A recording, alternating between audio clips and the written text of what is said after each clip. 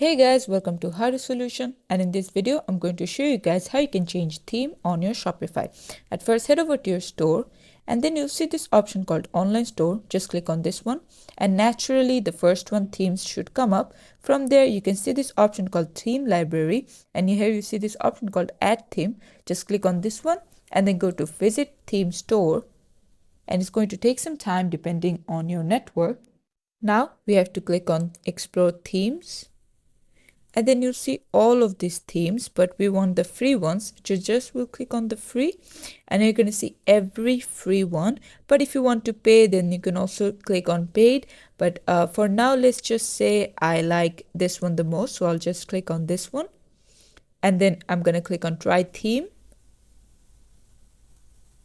And it's going to say adding it to my online theme stores. From there, you can see it is on my theme library.